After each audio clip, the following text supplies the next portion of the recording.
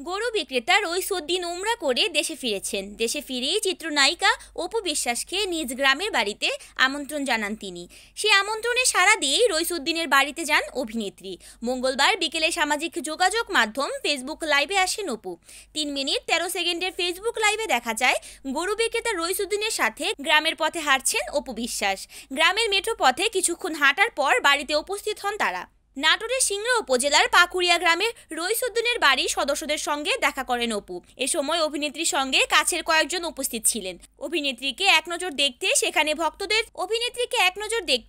ভক্তদের ছিল উপচে পড়া ভিড়। চলতি বছর পবিত্র ঈদুল আজহায় পালিত একটি গরু বিক্রির উদ্দেশ্যে রইসুদ্দিন রাজধানীর উত্তরার দিয়াবাড়ি হাটে হাজির হয়েছিলেন। গত 5 জুন তিনি গরুটি 1,20,000 টাকায় বিক্রি করেন, কিন্তু ক্রেতার জাল নোটের জালিয়াতির শিকার হন। যখন রইস বুঝতে পারেন তার টাকার বান্ডেল জাল নোট, তখন তিনি কান্নায় ভেঙে পড়েন। সেই মুহূর্তের ভিডিও বিভিন্ন সামাজিক যোগাযোগ মাধ্যমে ছড়িয়ে পড়লে অনেকেই সাহায্যের হাত বাড়িয়ে দেন।